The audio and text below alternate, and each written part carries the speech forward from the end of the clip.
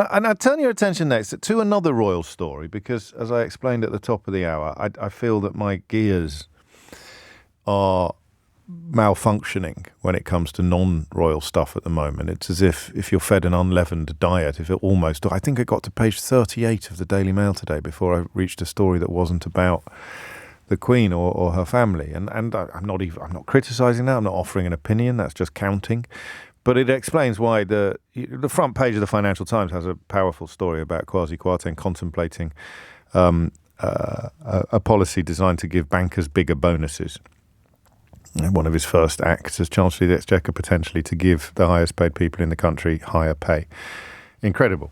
But even as I say it to you, I don't feel the sort of aligning of the cogs that I would normally feel as I prepare to get informative and incensed about something despicable happening in our country. Those gears are not working for me this week, and it's Thursday, so I doubt they're going to kick in properly until next week, which is why, if you're wondering and you've just tuned in, we are today, although not all week, looking largely at royal-based stories.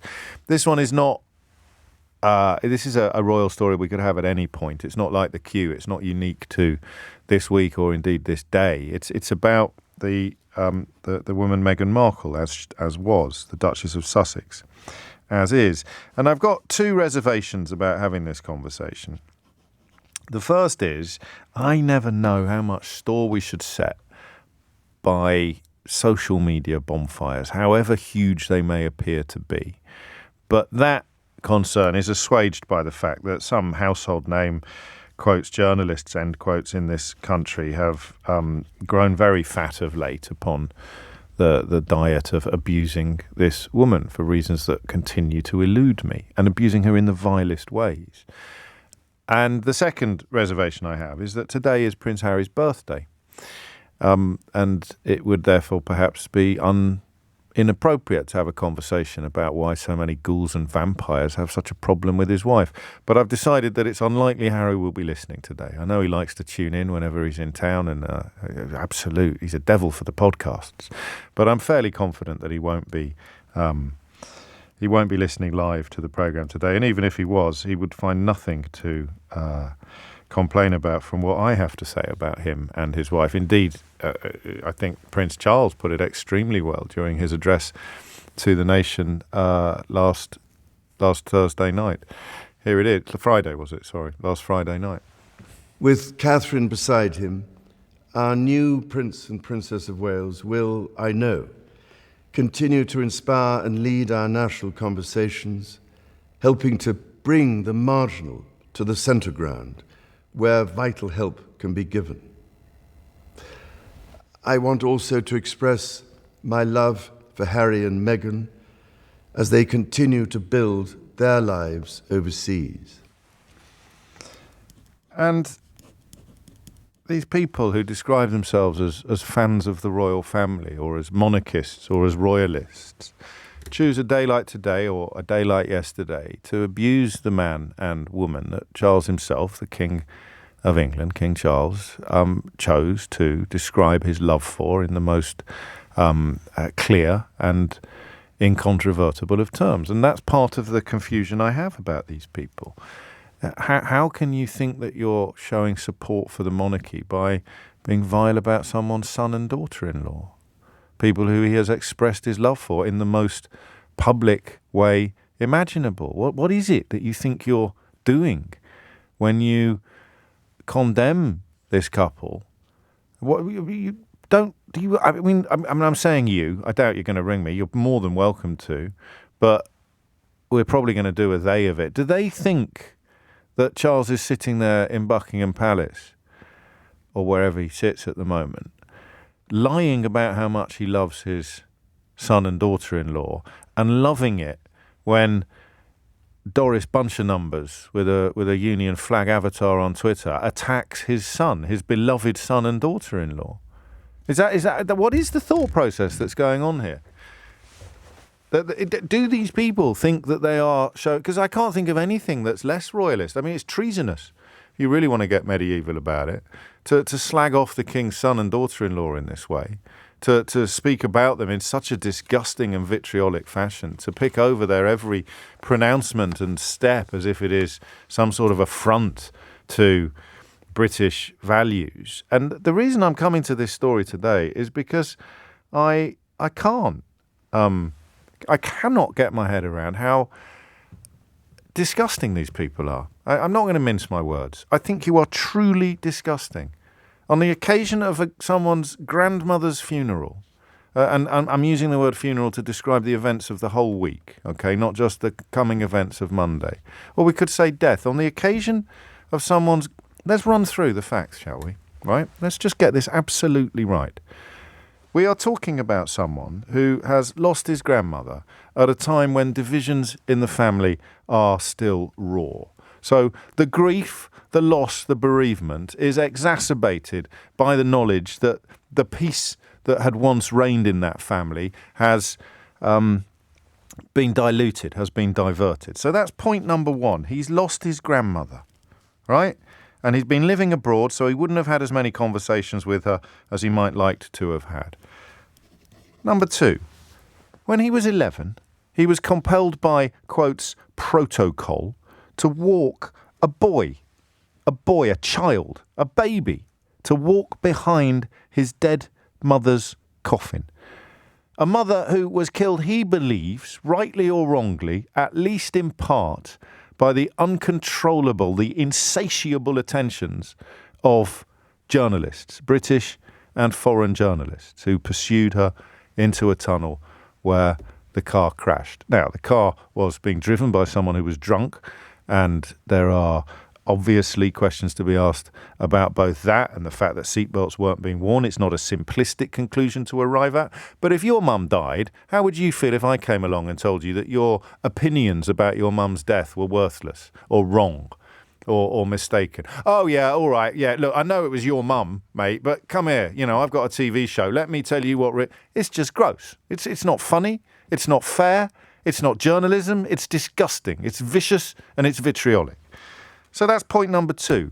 Royal funerals for him must be absolutely unbearable, because that 11-year-old boy is very close to the surface in a week like this. That traumatized and, in my view, appallingly treated 11-year-old boy, wheeled out to walk behind that coffin, largely because the PR disaster of the royal family's response to the passing of Diana, Princess of Wales, needed to be assuaged. And what better way to assuage it by having her heartbroken boys walking behind the coffin at an age when they wouldn't be allowed into most films on release in this country, at an age when he'd be barely into secondary school in this country, before he'd sat a public exam, before he was considered old enough to, never mind drive a car, he wouldn't be old enough to,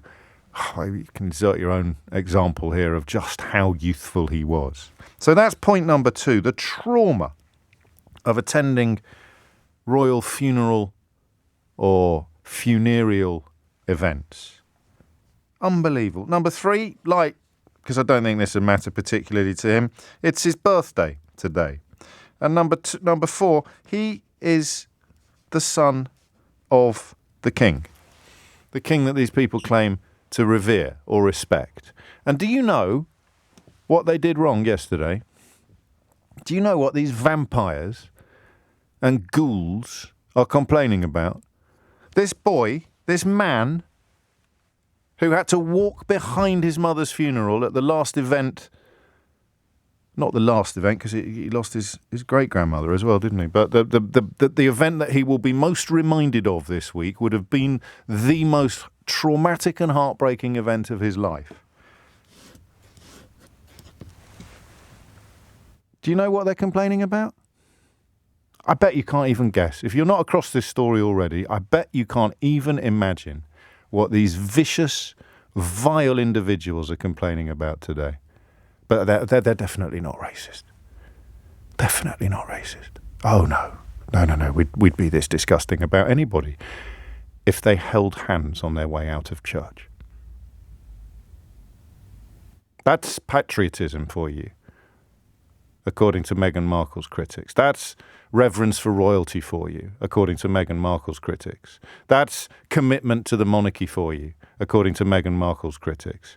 A man who has suffered the unimaginable pain of being compelled to walk behind his mother's coffin in the eyes of the entire world, held his wife's hand as they came out of a ceremony that would have brought back memory after memory after memory of the worst day of his life, or the second worst day of his life after discovering that he'd lost his mum.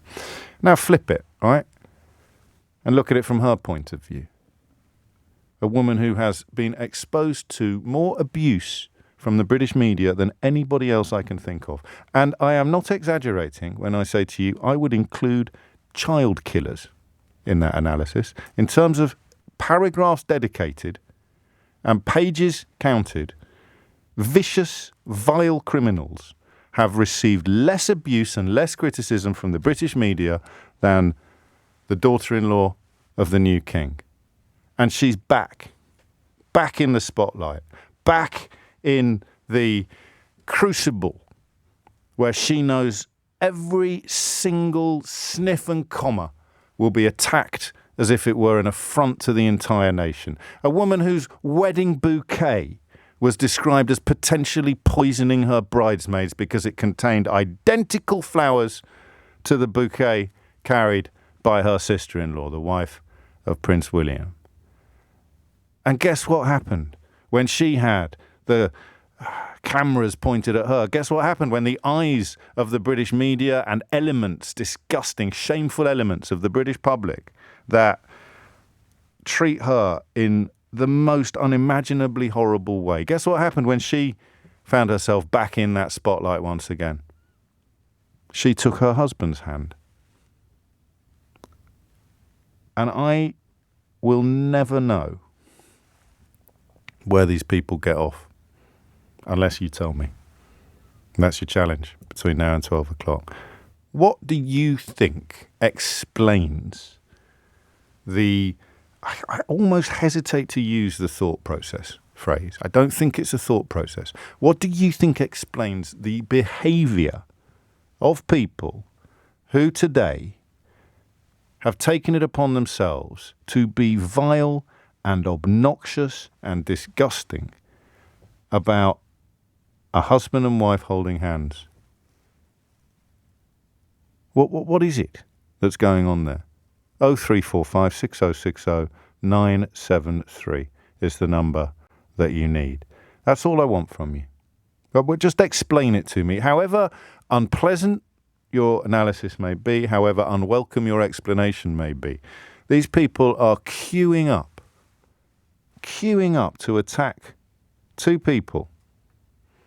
As far as crikey, have they put some foots wrong? I'm sure they have. Some ill-advised adventures in public life, probably. I don't follow things as closely in those circles as I follow other things. But my goodness me, I kid you not.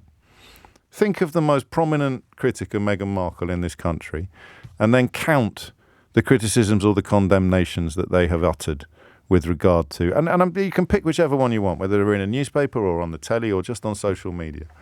And then try and explain to me why they reserve more vitriol and viciousness for her than they do for terrorists. It's incredible. Why do the newspapers do it? But to focus, to go in like a laser today, what possesses people to publicly complain about a couple holding hands? A couple who have been through all of the things that I have just described to you. And the couple whose gravest offence, as far as I can tell, is apparently being so happy. Because there is no greater revenge than happiness.